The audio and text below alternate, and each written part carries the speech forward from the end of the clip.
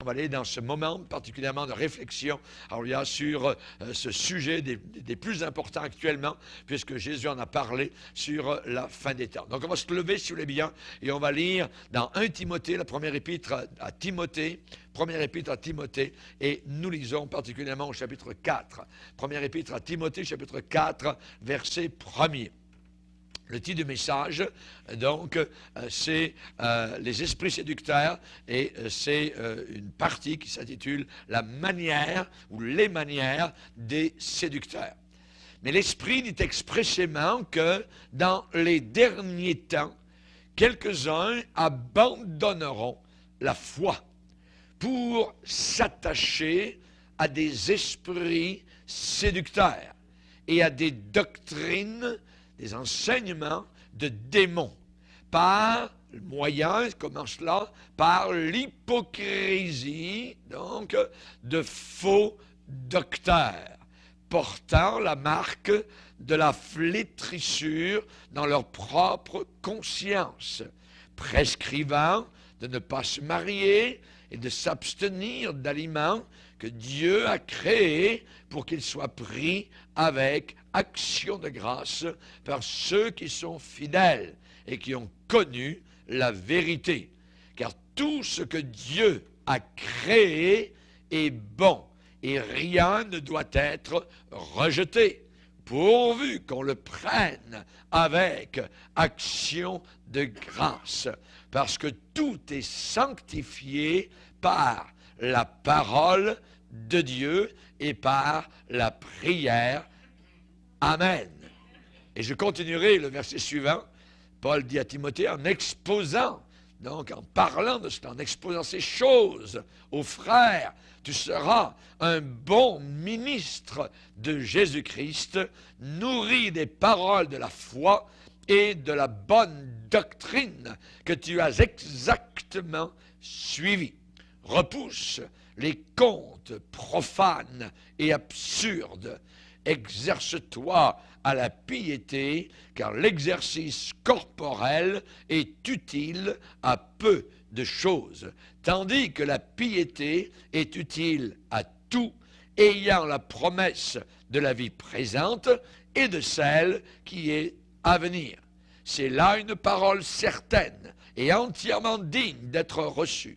Nous travaillons en effet et nous combattons parce que nous mettons notre espérance dans le Dieu vivant qui est le sauveur de tous les hommes, principalement des croyants. Amen.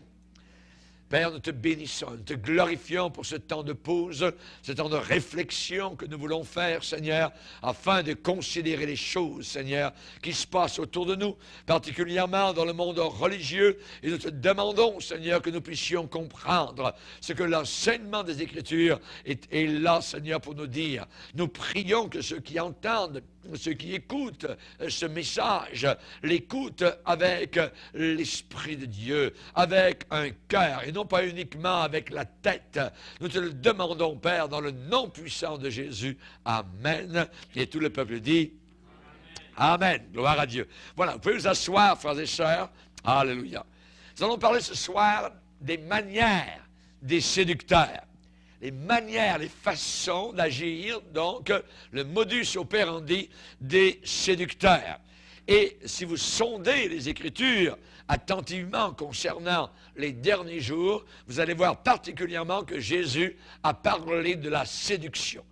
Il a parlé de cela avant même les guerres, les bruits de guerre, les tremblements de terre, tout cela. Hein, il a parlé surtout en disant que personne ne vous séduise. Ce qui veut dire que la séduction à la fin des temps sera immense et grande. Ce qui veut dire que le mensonge, le pseudo-christianisme va augmenter. C'est-à-dire un faux évangile va augmenter de plus en plus. Mais, évidemment, on sait que la parole de Dieu doit s'accomplir. La parole de Dieu doit se réaliser. Et on sait que ces choses écrites seront vraiment manifester de plus en plus dans ces derniers jours. Ça n'ira pas en diminuant, en s'effaçant, non, ça va augmenter de plus en plus. Donc, à nous d'être sur nos gardes, de bien veiller. Et on sait que lorsque l'apôtre Pierre avait sorti son épée pour sauver supposément Jésus, imaginez, Jésus lui a dit, remets ton épée dans le fourreau parce qu'il faut que les Écritures s'accomplissent. Jésus devait être livré. Jésus devait mourir sur la croix pour nous sauver. Et Jésus a dit à l'apôtre Pierre, à cette occasion particulière, comment donc s'accompliraient les Écritures. Voyez, les Écritures doivent absolument s'accomplir sur ce qui a été prédit dans cette parole merveilleuse.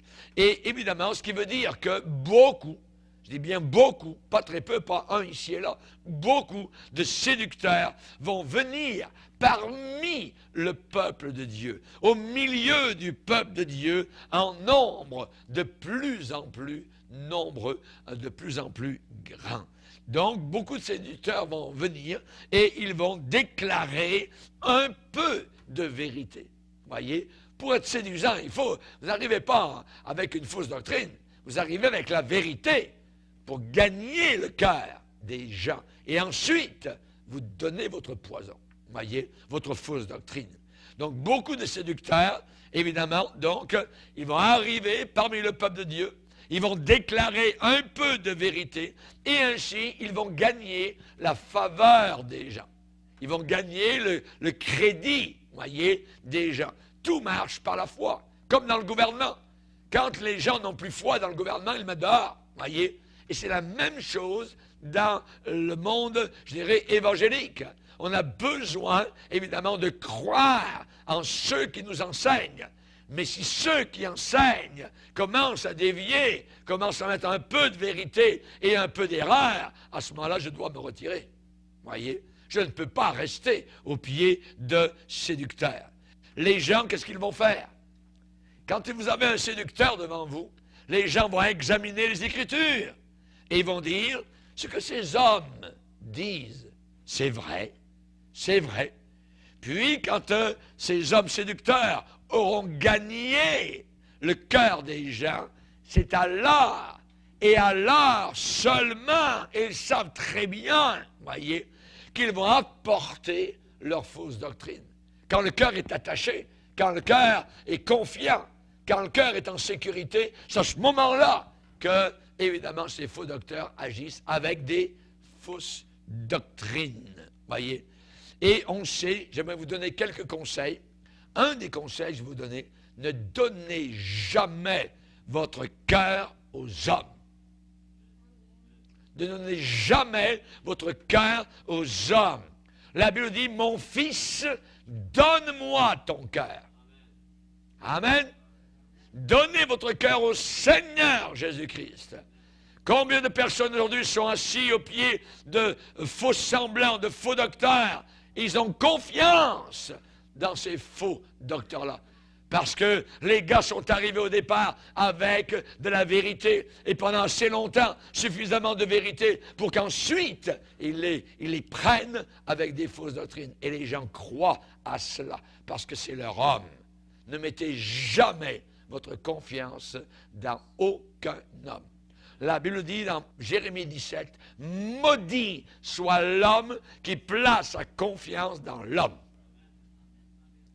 Ne donnez jamais vos cœurs aux hommes. Dieu dit, mon fils, donne-moi ton cœur. Donne-moi ton cœur. Il faut donner notre cœur au Seigneur. Et vous ne serez jamais déçus. Vous pourrez en voir tomber 20 000 là, 10 000 de là, à votre droite, à votre gauche. Vous continuerez avec le Seigneur. J'ai vu beaucoup de scandales d'hommes de Dieu, de pasteurs, d'évangélistes, tout ça. Ça ne m'a pas ébranlé en rien du tout. Moi, j'ai continué à suivre le Seigneur, voyez. Mais quand vous avez des gens, ah ben là, si c'est ça l'évangile, voyez, on quitte Jésus, jamais de la vie. On ne quitte pas Jésus, voyez. C'est parce que ces gens-là avaient mis leur foi dans l'homme. Ne mettez pas votre foi dans les hommes. N'ayez pas en admiration des personnes. N'ayez pas des personnes, des hommes en admiration. Voyez. Pourquoi? Parce que c'est par ces mêmes personnes que Satan pénètre et va pénétrer parmi le peuple de Dieu. Quand vous admirez quelqu'un, votre confiance est totale. Voyez, vous ne vérifiez même plus dans les Écritures ce qui est dit en avant. C'est très dangereux. Les Béréens vérifiaient où? Où est-ce qu'ils checkaient? Où était le point de vérification? Dans les Écritures. Pour voir quoi? Si ce qui était dit par l'apôtre Paul était exact. Voyez? C'est dans les Écritures que l'on voit si c'est exact ou non. Satan peut prendre la parole de Dieu, mais la tordre. Et si quelqu'un nous dit, la Bible dit cela, nous devons être capables de dire, il est aussi dit cela. Et les sectes travaillent comme cela, avec une Bible. Les Mormons travaillent avec une Bible. Les témoins de Jéhovah travaillent avec une Bible. La science chrétienne travaille avec une Bible. Voyez? Et ainsi de suite. Mais c'est tout pour séduire. Voyez? Et ils en font ce qu'ils veulent avec leur Bible. Et souvent, ensuite, ils mettent leur Bible de côté et ils ont leur livre à eux, voyez, qui donne l'explication de la Bible. Voyez? Nous n'avons pas de livre d'explication. Nous avons la Bible et la Bible uniquement. Amen? Et la Bible s'explique par elle-même. Que Dieu soit béni. Ne donnez jamais votre cœur aux hommes. N'ayez jamais en admiration des personnes. Voyez, la Bible dit que les hommes méchants et imposteurs. Imposteur, ça veut dire séducteur. Un imposteur, c'est quelqu'un qui se fait passer pour quelqu'un d'autre, mais il ne l'est pas. Les hommes méchants et imposteurs avanceront toujours plus dans le mal, égarant les autres et égarés eux-mêmes. Égarant les autres et égarés eux-mêmes. Croyez-vous qu'un séducteur va brandir une nouvelle hérésie, une fausse doctrine, voyez, et la lancer devant les gens? Non, non, non, non. Qu'est-ce qu'il va faire? La manière des séducteurs. La personne va déclarer des paroles droites, des paroles de justice, des paroles de vérité, et ainsi les cœurs des gens sont gagnés. Les cœurs des gens sont gagnés. Cette personne va apparaître comme étant un ministre de lumière. Un ministre de lumière. Il va commencer par prêcher la parole de Dieu. Pierre a dit, il y a eu parmi le peuple d'Israël de faux docteurs. Et il y aura de la même manière, parmi vous, ce qui veut dire au milieu de vous, de faux docteurs, qui introduiront des sectes pernicieuses, des hérésies, voyez. Ce seront des hérétiques. Ils vont vous dire que ce que vous avez entendu auparavant, ce n'est pas vraiment ça, mais maintenant, eux ont la vraie chose, voyez. Ils vont détruire la vraie chose. Et actuellement, par exemple, ce qui est mis en échec, c'est le salut.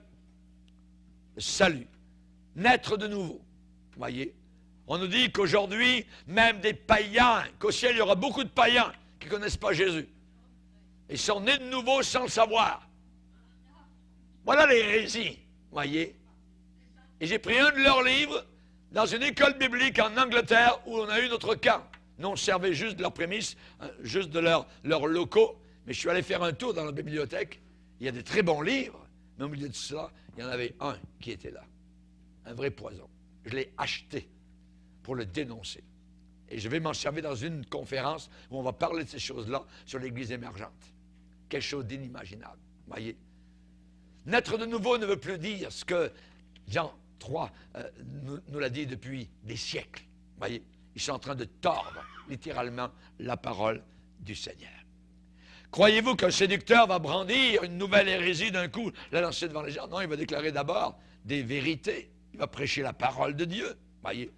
Dans 2 Corinthiens chapitre 11, on nous décrit certains de ces personnages très funestes. Dans 2 Corinthiens chapitre 11,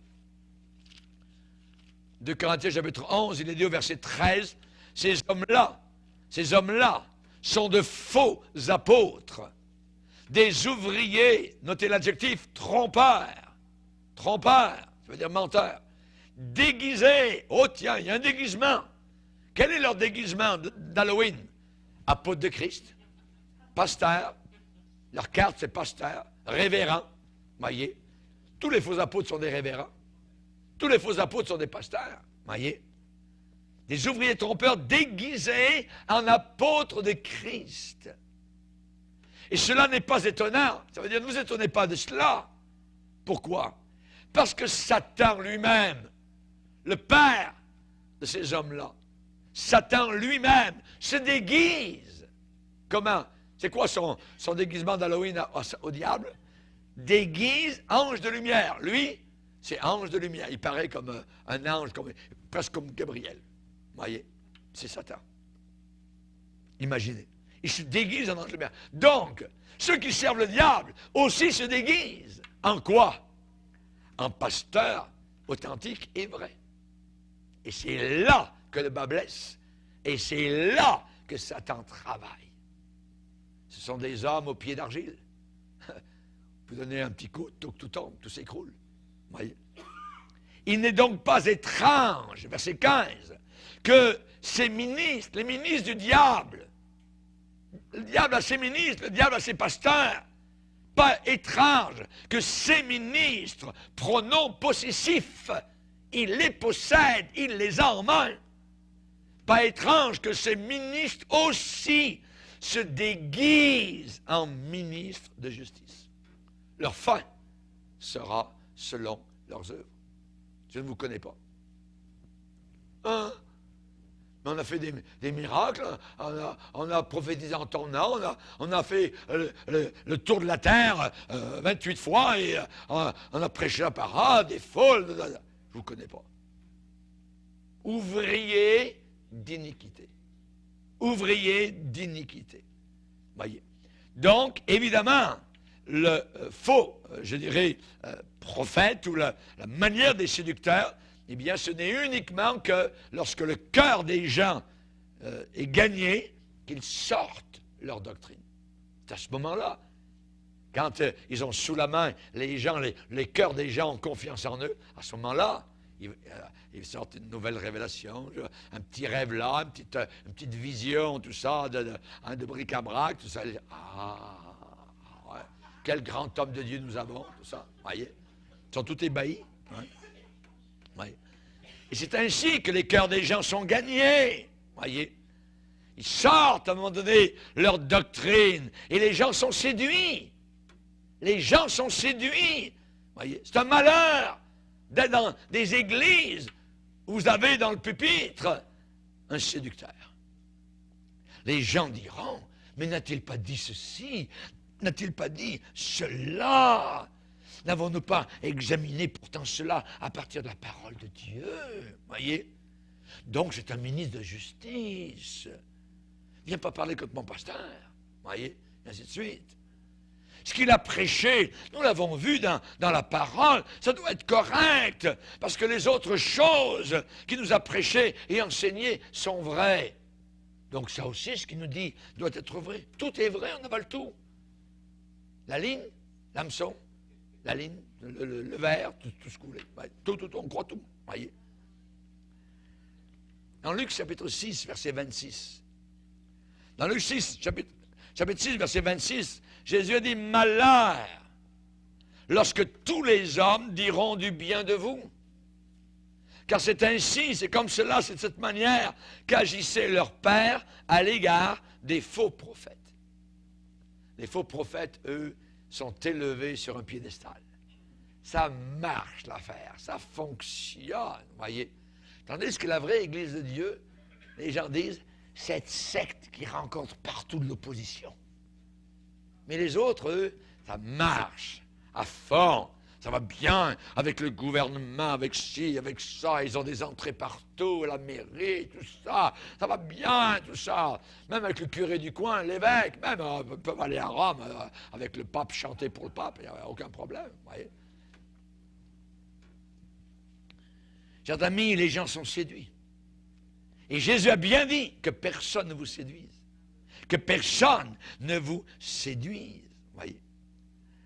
Une nouvelle révélation, quelqu'un arrive, Dieu m'a dit. Ah, juste avec ces trois mots-là, le cœur des gens est déjà poigné. Ah ouais? Qu'est-ce qu'il t'a dit, Dieu? Hein? Ouais. Dieu m'a dit. C'est la raison pour laquelle vous avez tous les prophètes qui passent dans les églises. Prophète un tel s'en vient, prophète un tel s'en vient. Ce n'est pas les prophètes authentiques de la Bible, voyez. Des prophètes qui viennent pour flatter les gens, pour leur dire la bonne aventure. Au lieu que ce soit une cartomancienne avec une boule de cristal, vous avez un pasteur avec une carte de révérend qui vient prophétiser sur les gens, puis il prouve son ministère puissant en faisant tomber les gens par terre. Regardez comme Dieu est puissant. Montrez-moi ça dans la Bible. Montrez-moi ça dans la Bible. Je suis allé un jour dans une conférence, tout le monde était par terre en avant. Il y avait à peu près 50 personnes, tous par terre. Je dis, c'est quoi, c'est un champ de bataille ici? C'est quoi? Surtout, ils ne tiennent pas debout. C'est quoi l'affaire? Voyez? C'est quoi l'affaire? On ne voit pas cela dans les Écritures. Ah, mais puis l'esprit, il ne faut pas parler contre l'esprit. Oui, moi je parle contre cet esprit-là. Je parle contre cet esprit-là, qui n'est pas le Saint-Esprit, qui n'est pas l'Esprit de Dieu. Car Dieu ne nous a pas donné un esprit de timidité, mais un esprit de force, un esprit d'amour et un esprit de sagesse. Le mot sagesse veut dire équilibré, sound mind, un esprit en santé, pas un esprit de folie, voyez, pas un esprit de folie. Il y en avait qui étaient arrivés d'une réunion, et puis il y avait tellement d'esprit dans cette réunion, quand les gens sont partis, la voiture était pleine de ces supposés chrétiens, tout ça, puis le gars qui conduisait était tellement rempli d'esprit, s'en allait sur la route, d'un côté et de l'autre, c'était le Saint-Esprit, tout ça. Tout d'un coup, tous les flashs des polices étaient derrière, voyez. Oh, là, voyez.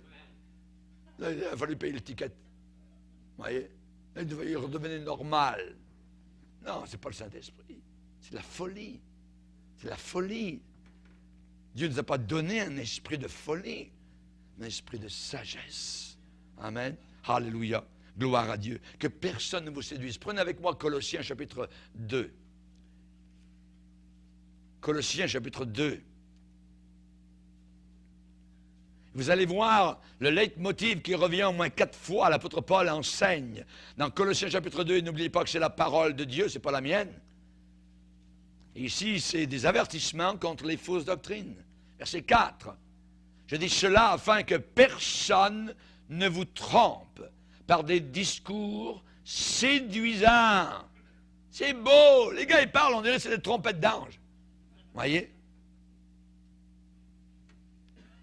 Car si je suis absent de corps, je suis avec vous en esprit, voyant avec joie le bon ordre qui règne parmi vous, et la fermeté de votre foi en Christ. Voyez. Un peu plus loin, verset 8. Prenez garde que personne ne fasse de vous sa proie, par la philosophie et par une vaine tromperie, s'appuyant sur quoi? Sur la tradition des hommes. Ça veut dire les philosophies païennes, la sagesse humaine, la psychologie. Voyez, s'appuie sur Freud. S'appuyant sur la tradition des hommes, sur les rudiments du monde, et non pas sur Christ. Il faut s'appuyer sur Christ. Regardez verset 16. Le légalisme juif. Que personne donc ne vous juge au sujet du manger ou du boire, ou au sujet d'une fête, d'une nouvelle lune, ou des sabbats. C'était l'ombre des choses à venir. Mais le corps, ça veut dire la réalité, est en Christ. Tout revient à Christ dans le Nouveau Testament. Ensuite, le mysticisme. Voyez, Paul condamne cela. Verset 18. Qu'aucun homme, sous une apparence d'humilité, mais qui sont gentils, ces gars-là, voyez, ils sont humbles. Mais pasteur, il est gentil, tout ça. Il dit des bonnes choses. Ça ne peut pas être un faux prophète. Oui, ça peut être un faux prophète. Ça peut être un serpent déguisé. Qu'aucun homme sous une apparence d'humilité et par un culte des anges ne vous ravisse à son gré le prix de la course, tandis qu'il s'abandonne, se livre à ses visions. L'Église catholique romaine est remplie de visions, voyez. Et comme on est influencé de plus en plus par le catholicisme, eh bien, beaucoup de chrétiens aujourd'hui aussi, des visions-ci, des visions de toutes sortes d'affaires, de visions pizza, ainsi de suite. Vous avez tout le paquet, là, voyez. Ça dit qu'il est enflé d'un vain orgueil. Tiens, pourtant il était humble. Il était gentil. Vous voyez, apparence d'humilité. Vous voyez, mes frères et sœurs, je viens vous dire tout ça. Dieu m'a dit, Dieu m'a parlé, tout ça. Puis les gens, c'est rempli de monde. C'est rempli pour les prophètes, tout ça. Vous voyez, un vrai pasteur authentique, là, quasiment vide. Vous voyez, mais un faux prophète, tous les gens se parlent, tout ça. Puis il va prophétiser toute la nuit, puis il y a des femmes prophètes, il y a des prophétesses, il y a toutes sortes d'affaires. C'est rempli. Les gens sont capables de se tenir jusqu'à 6 heures du matin debout, juste pour écouter la parole des prophètes, tout ça. Et le prophète va dire, il faut enregistrer votre prophétie, ça peut durer 5 minutes, juste pour vous, voyez. Puis quand tu es découragé, c'est pas va dans la parole de Dieu, mets-toi sur tes genoux pour prier. Non, écoute ta prophétie. Voyez, c'est très dangereux. C'est très dangereux. Qu'aucun homme sous une apparence d'humilité. Parce que l'enjeu, c'est terrible, nous ravir le ciel. On ne parle pas ici de niaiserie. Nous ravir le prix de la course, voyez, par un culte des anges. Tandis que cet homme s'abandonne à ses visions et qu'il est enflé d'un vain orgueil par ses pensées charnelles, sans s'attacher au chef, c'est-à-dire Jésus-Christ, voyez. Ensuite, Paul va condamner l'ascétisme. L'ascétisme. Verset 20. Si vous êtes mort avec Christ, au rudiment du monde, pourquoi, comme si vous viviez dans le monde, vous impose-t-on ces préceptes? Ne prends pas, ne goûte pas, ne touche pas.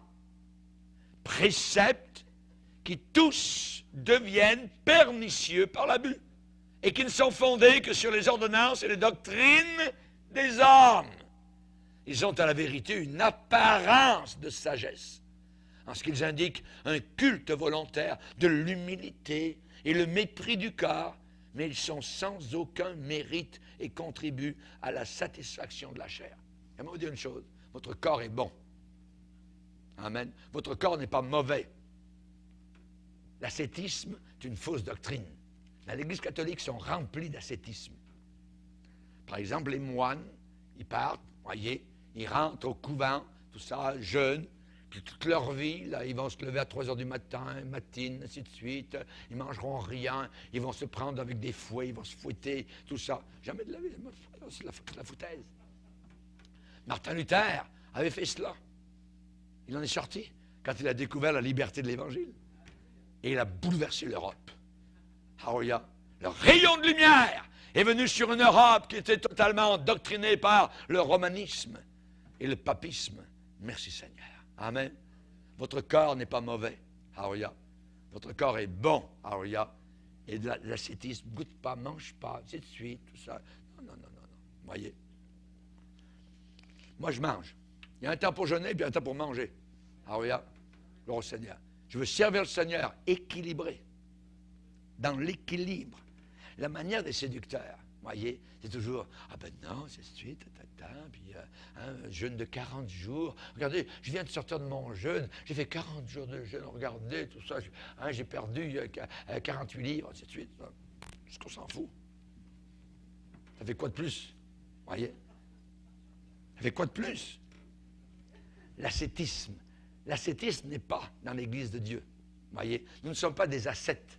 Nous ne sommes pas des mystiques avec des visions de ça. Nous marchons by the book. Par la parole. Amen. Que Dieu soit glorifié. Mais quand ces gens commencent à prêcher, vous ne pouvez pas vraiment discerner ceux qui sont de Dieu et ceux qui ne sont pas de Dieu. Nous avons besoin actuellement de ce qu'on appelle le don de discernement. Et ça vient pas parce que vous êtes plus fins les uns que les autres, ça vient du Saint-Esprit directement. C'est Dieu qui vous dit, regarde, il commence à avoir dans votre esprit une lumière jaune qui s'allume. Puis tout d'un coup, pouf, c'est une lumière rouge. Vous sortez. Amen. Cherchez Dieu constamment. Cherchez Dieu constamment. Quand sortent ces fausses doctrines, il y aura un témoignage dans votre cœur qu'elles ne sont pas de Dieu. Le témoignage du Saint-Esprit est très important. Pourquoi? Parce que le Saint-Esprit nous parle. C'est une personne. Il nous a parlé au début de notre salut. Il nous a dit quoi? Il nous a dit qu'on était un enfant de Dieu. Le Saint-Esprit a témoigné à notre esprit que nous étions enfants de Dieu. Auparavant, on était enfants du diable. créatures de Dieu, mais enfants du diable. Parce que maintenant, nous sommes créatures de Dieu et enfants de Dieu. Alléluia. Ça, c'est le témoignage du Saint-Esprit. Et quand on cherche Dieu, le témoignage du Saint-Esprit est très important. Vous êtes en présence de quelqu'un, il parle de Dieu, la Bible, tout d'un coup, ça vous dit, c'est un fou. C'est un fourbe. C'est une fourbe. Elle n'est pas vraie. Elle joue. Vous voyez? Ça, c'est le Saint-Esprit qui nous parle. Ça vient direct. Ça tombe comme un seau d'eau directement du plafond. Le Saint-Esprit vous le parle. Il vous le dit. Tu n'écouteras pas les paroles de ce prophète ou de ce songeur, car c'est Dieu qui te met à l'épreuve pour savoir si vous allez suivre Dieu, sa parole, ou bien les paroles de ce faux prophète ou de ce songeur. Dans Deutéronome chapitre 13, Dieu nous a avertis et il nous dit une chose, de ne pas les craindre. Pourquoi? Parce qu'ils imposent. Et généralement, le peuple a peur. Le peuple tremble. C'est des gens supposément connectés directement avec le trône de Dieu. Voyez? Ils ont une prise directe au bas du trône. Voyez? Fait que les gens ont peur. Les gens ont toujours eu peur des faux prophètes. Mais la Bible dit, nous encourage, ne les crains pas. Amen. Tu ne le craindras pas. Tu n'auras pas peur de ces faux prophètes. Mais beaucoup seront séduits. Parce que la Bible dit. Beaucoup seront séduits. Mais si on marche dans la sainteté, si on marche dans la droiture, nous aurons les yeux ouverts et Dieu nous protégera. Si on regarde constamment au Seigneur, si nos yeux sont fixés, vraiment, je dis bien fixés sur Jésus, on saura quand la doctrine est en train de changer. Quand l'enseignement est en train de changer, on n'y sera pas plongé.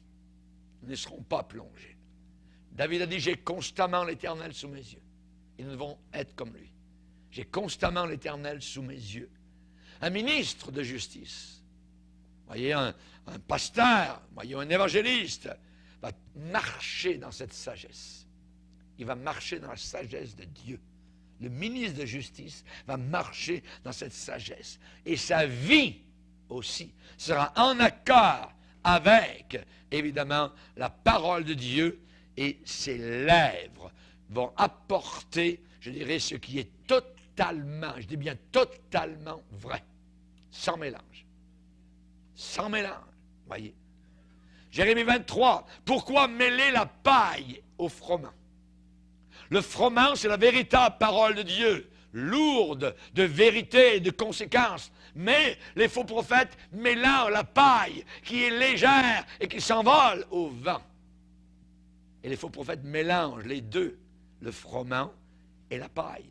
Et Dieu va dire, pourquoi mêler la paille au froment? Ma parole n'est-elle pas comme un feu, comme un marteau qui brise le roc? Qui brise le roc. Voyez? Et les vrais ministres, dans Tite, on nous dit au premier chapitre que le vrai ministre de Dieu doit être attaché à la vraie doctrine. Doit être attaché pas à la doctrine, à la vraie doctrine, à la véritable doctrine. Quand le mélange arrive, vous allez le savoir. Quand le mélange arrive, vous le savez, ce n'est pas un ministre de justice. Quand, par exemple, quelqu'un arrive avec des miracles, avec tout ça, des paralytiques qui marchent, ainsi de suite, puis soudain, il vous annonce, vous avez cru à la Trinité, mais c'est complètement faux. Il n'y a pas de Trinité. Il n'y a que Jésus. Et j'aime Jésus. Les gens, ah ouais, hein, c'est bien. Ben, il y a des miracles, les malades sont guéris. C'est vrai, c'est ce qu'il doit dire. Alors c'est complètement faux. Alors c'est complètement faux. Les gens sont séduits souvent par des miracles. Mais n'oubliez pas qu'il n'y a pas que Dieu qui fait des miracles. Satan aussi. Si on vous dit que la Trinité, ça n'existe pas, qu'est-ce que vous faites? Ouais. Amen. Alléluia. Vous sortez de là. Vous sortez de là. Le Père existe, et le Père n'est pas le Saint-Esprit, ni Jésus. Jésus existe, et il n'est pas le Père, et il n'est pas le Saint-Esprit. Le Saint-Esprit n'est pas le Père, ni Jésus. Et le Père n'est ni Jésus, ni le Saint-Esprit. C'est trois personnes complètement différentes Et pourtant, il n'y a qu'un seul Dieu. Je le crois, je l'adore, et merci Seigneur. Quand Jésus était sur la croix, ce n'était pas Dieu le Père, parce qu'il a prié du bas de la croix, « Mon Dieu, pourquoi m'as-tu abandonné? » Il était le Fils en train de mourir pour mes péchés. Alléluia. Amen. Voyez comment, juste un exemple de fausse doctrine, c'est tellement séduisant que ça arrive à tirer les gens en dehors. La Bible ne parle pas de l'égarement, la Bible parle de la puissance de l'égarement. C'est puissant, l'égarement. Les faux prophètes, il y a une puissance diabolique derrière eux. Ils travaillent de connivence avec Satan, le prince des ténèbres. Les séducteurs, n'oubliez pas, déclarent premièrement la vérité. Et deuxièmement, ensuite, l'erreur. La vérité au départ, pour que les cœurs soient accrochés, et ensuite, l'erreur. Pourquoi? Généralement pour couvrir leurs péchés qu'ils aiment. Parce qu'il y a du péché quelque part. On ne peut pas enseigner une fausse doctrine et ne pas vivre dans le péché, ou avoir un péché quelque part. Jésus va leur dire, oui, vous avez fait des miracles, oui, vous avez chassé des démons, oui, vous avez prophétisé, mais il y avait de l'iniquité dans vos cœurs. Le problème, ce n'est pas les dons du Saint-Esprit, le problème, c'est les fruits du Saint-Esprit. Et souvent, dans certains milieux, ils ont insisté sur les dons de l'Esprit, en se fichant complètement, savoir comment la personne vivait. La personne est capable de prophétiser des choses merveilleuses et glorieuses et qui sont vraies, mais la personne peut vivre totalement dans le péché. Et c'est là qu'il faut que nous fassions très attention. Les séducteurs déclarent premièrement la vérité et ensuite l'erreur. Lorsque la femme sunamite a parlé au prophète, elle lui a dit, la parole de Dieu dans ta bouche est vérité. La parole de Dieu dans ta bouche est vérité. Parce que la parole de Dieu dans la bouche d'un faux prophète peut être fausseté. Fausseté. Et je vous exhorte à étudier la parole de Dieu sur les esprits séducteurs. C'est un des plus grands dangers de ces derniers jours. Un péril. On a été avertis. Voyez. Dieu désire que nous soyons fermement établis sur sa parole. Faites des disciples. Et un disciple de Jésus ne flotte pas à tout vent de doctrine d'un côté et d'autre. Non, non, non. Il est enraciné dans la parole de Dieu. Qu'êtes-vous allé voir au désert? Un roseau agité par le vent? Non. Un homme de Dieu, authentique et vrai. Jean-Baptiste ne pliait pas à un vent de doctrine qui passait à un autre, ainsi de suite. Non, non, il savait où il se tenait. Et je vous exhorte à étudier la parole de Dieu sur un sujet pertinent actuellement, c'est les esprits séducteurs. Un grand péril. Dieu désire que nous soyons établis fermement sur les Écritures et non pas sur les personnalités des hommes. Pas sur les personnalités des hommes. Ne croyez pas en Bourgier, croyez dans le Seigneur Jésus-Christ. Alléluia. Et vous ne serez pas ébranlés. Vous ne serez pas ébranlés alors que beaucoup le seront de plus en plus. Beaucoup vont se retrouver parqués dans leur maison. C'est ça l'Église, tout ça, tellement d'injustice à l'intérieur, tout ça. Si vous saviez ce qui est arrivé, tout ce qu'on m'a fait, on ne m'a pas reconnu, ainsi de suite. Ah, ça, on a entendu ça. Le diable a gagné. Le diable a gagné. Voyez. Lisez avec moi un passage dans 2 Chroniques 18. 2 Chroniques 18, verset 18.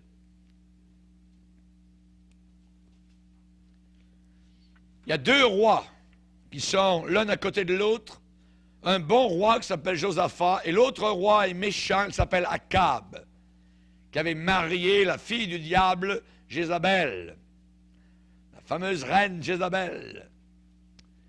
Et verset 17, le roi d'Israël dit à Josaphat, « Ne te l'ai-je pas dit?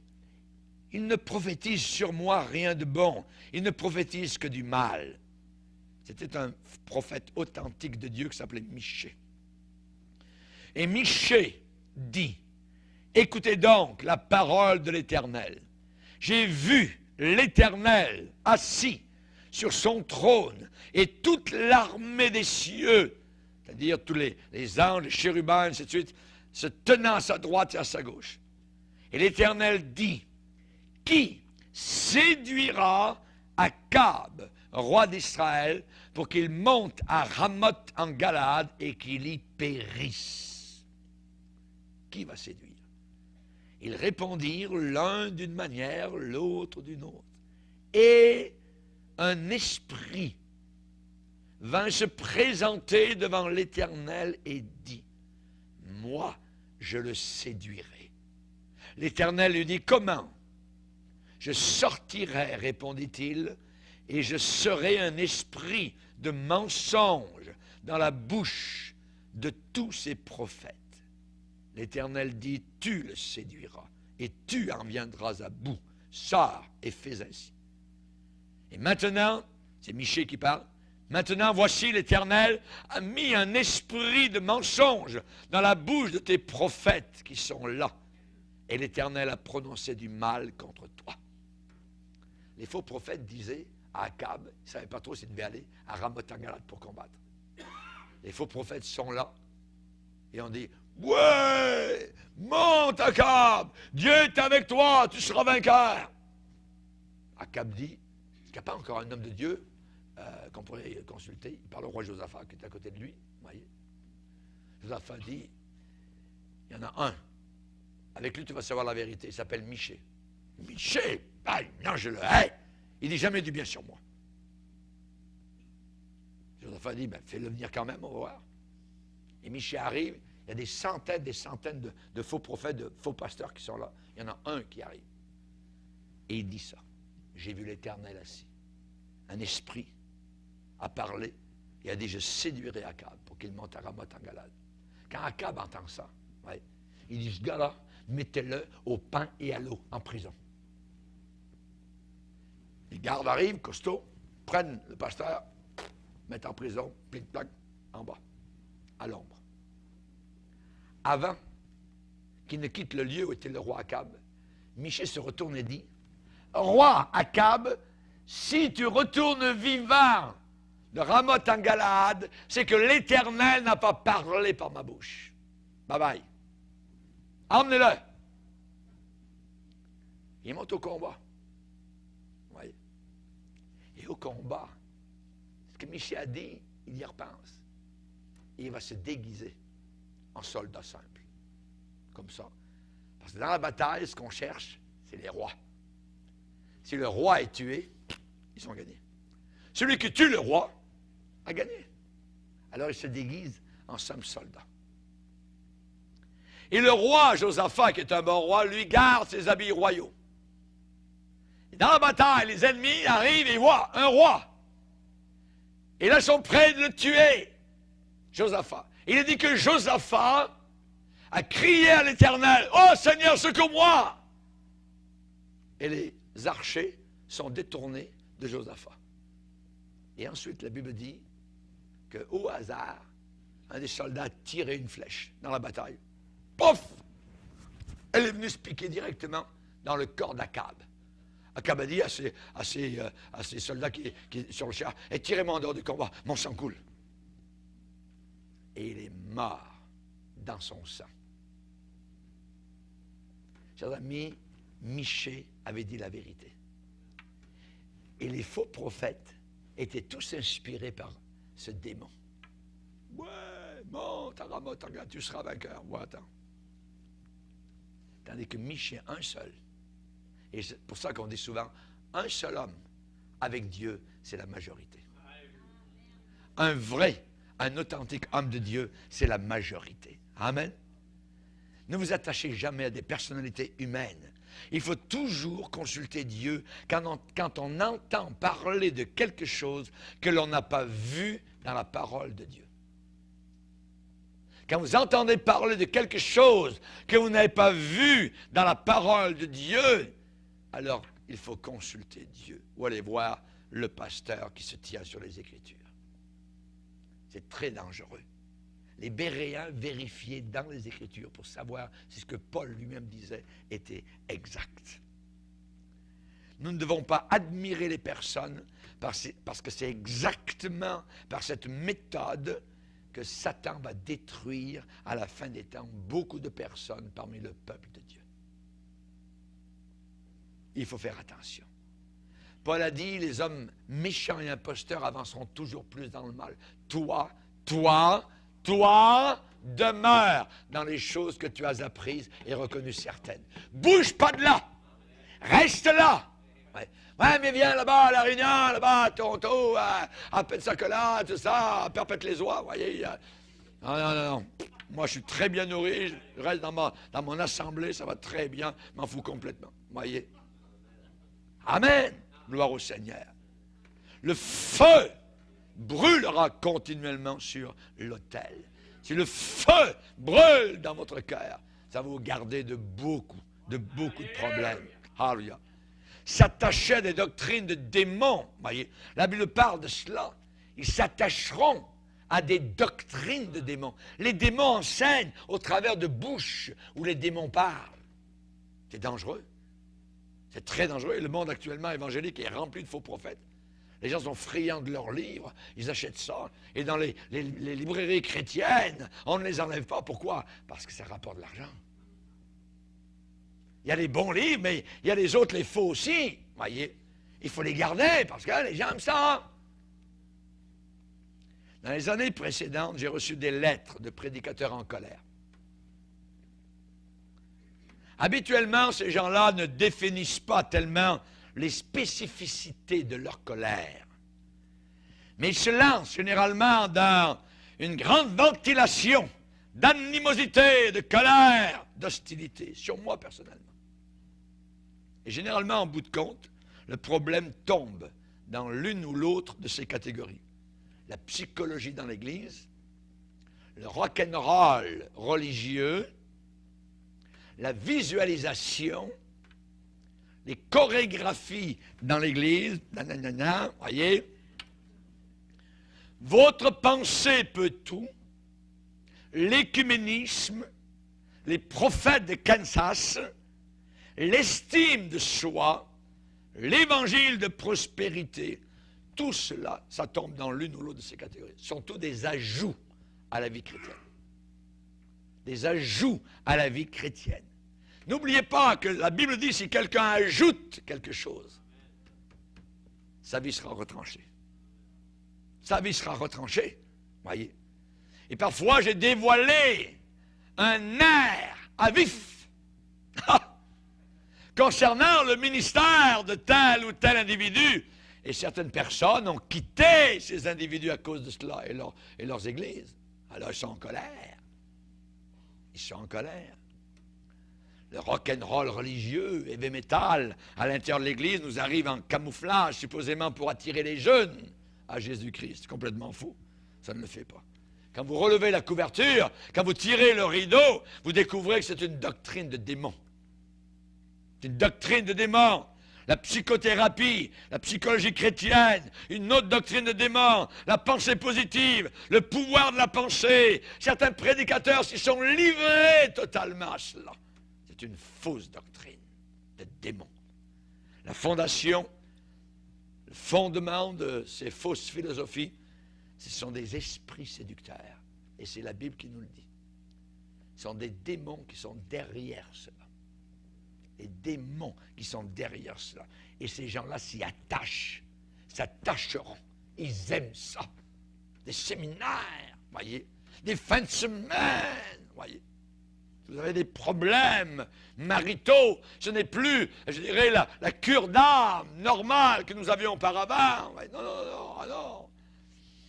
Ah non, c'est des cours, c'est des thérapies, c'est couche-toi sur le divan, puis tu vas venir me voir pendant 6 mois, tout ça, puis à chaque fois, attends, monnaie sonnante, voyez.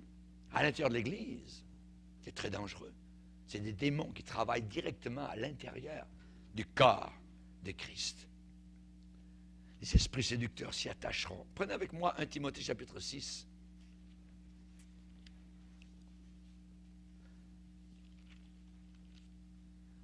Verset 3, si quelqu'un enseigne de fausses doctrines et ne s'attache pas aux saines paroles de notre Seigneur Jésus-Christ.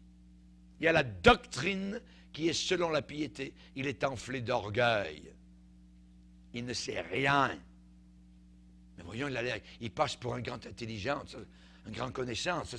La Bible dit, il ne sait rien. C'est un niaiseux. C'est un niaiseux, en bon français québécois. Il ne sait rien. Il a la maladie des questions oiseuses. C'est un malade. Il a la maladie. La Bible dit, c'est un malade. La maladie des questions oiseuses, niaiseuses. Voyez, des disputes de mots, et ainsi de suite, blablabla. Si quelqu'un enseigne de fausses doctrines et ne s'attache pas. Notez le verbe « s'attache pas ». Ici, ils vont s'attacher à des doctrines de démons. Nous, on s'attache à des paroles, les paroles de Jésus. Pas les paroles de Freud, voyez, pas les beaux parleurs. Non, les paroles du Seigneur. Les paroles du Seigneur. Amen. 1 Timothée 4, verset 1er, le Saint-Esprit dit expressément dans les derniers temps, quelques-uns abandonneront la foi pour s'attacher à des esprits séducteurs. Toc, tout d'un coup, sont collés aux démons, à l'intérieur de l'Église. Le croiriez-vous? C'est la réalité. C'est la réalité. Ces illusions sont embrassées par des milliers de personnes. Même s'il y a une montagne d'évidence pour montrer la folie de ces dérives, des milliers sont attachés, collés à ça, attachés à des démons. Est-ce possible? Mais c'est ce que la Bible nous dit. Et les doctrines de démons sont aussi, je dirais, vraies qu'il y a un soleil dans le ciel. Ça existe autant que le soleil est là au-dessus de nos têtes. S'attacheront à des doctrines de démons. Que fait un esprit séducteur? Eh bien, de par sa nature, il séduit, il illusionne, il attire, il allèche, il détourne de la vraie parole. Il détourne de la vraie parole. Tout d'un coup, ce n'est plus la parole de Dieu que vous avez envie de lire, c'est le livre de monsieur untel avec sa révélation. Oui. Frangipane ou tout ce que vous voulez, et ainsi de suite. Il y en a, ça en est rempli. Oui. Que fait un esprit séducteur? Il va se servir de l'opinion populaire. Il va se servir de l'ego, de l'orgueil. Être accepté par les autres.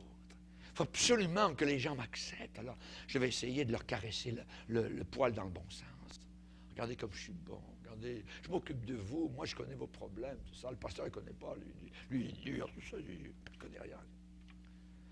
Quand vous allez me voir, venez me voir, moi. C'est moi qui m'occupe de vous. Attention. Allez toujours voir votre leader.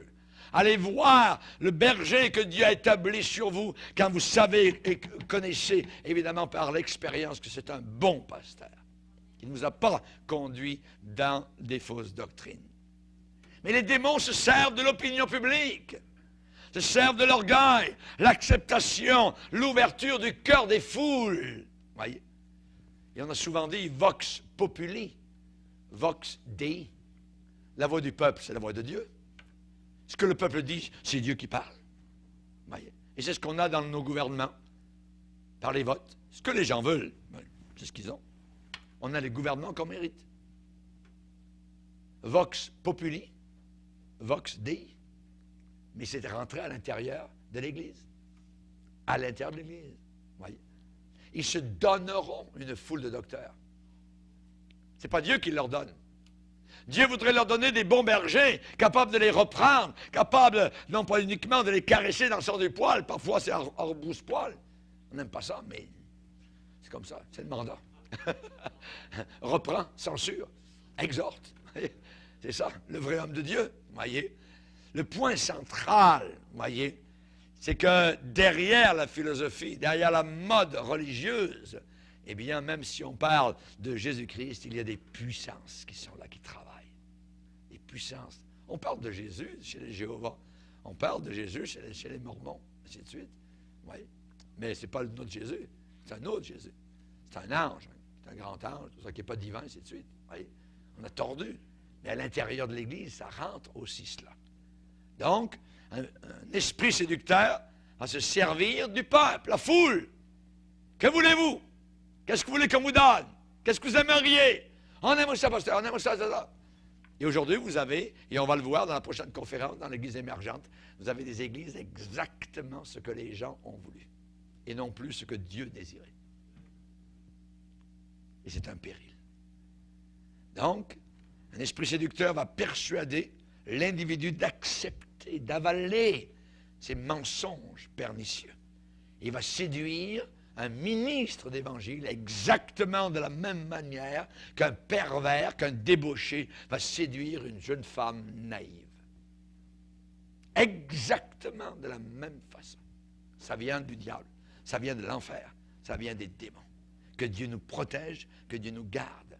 Et à un certain moment donné, la Bible dit, comme ils n'ont pas aimé la vérité, Dieu lui-même leur envoie, Dieu permet une puissance d'égarement au travers de démons. Dieu a permis ici qu'Akab soit séduit. Il en avait tellement fait, il avait passé la frontière. Alors Dieu a permis qu'un esprit séducteur, un démon, l'envoie à Ramoth, à Galade, pour qu'il meure au milieu de son sang. Pourquoi les prédicateurs sont facilement séduits? C'est qu'il y a une prédisposition de cœur qui incline ces gens-là vers ces choses-là. Parce qu'ils ne sont plus satisfaits uniquement avec la parole de Dieu. Ils veulent des nouveautés. Ils veulent du modernisme. Une croix salie, maculée par du sang. On a entendu ça, ça fait trop longtemps. Ça. On aimerait avoir d'autres choses. Parlez-nous de nous, pas de Jésus. On connaît l'histoire. Ça. Nous, on veut l'histoire de Jésus. Nous, on aime Jésus. Nous, on aime son sang. Nous, on aime la croix. Nous, on aime la rédemption. Nous, on aime le salut de notre âme. Et on ne bradera jamais notre salut pour autre chose. Amen. Gloire au Seigneur. Que Dieu soit béni. Je n'ai pas pu finir mon message, mais on en aura un autre bout, un autre moment donné. Amen. Seigneur, te bénissons. Te remercions, Seigneur, pour ces moments précieux. Tu nous permets une réflexion en profondeur par rapport à ce que tu nous as enseigné sur ces puissances diaboliques, d'égarement, Seigneur. Nous savons que l'ennemi se déguise et les faux ministres se déguisent eux aussi.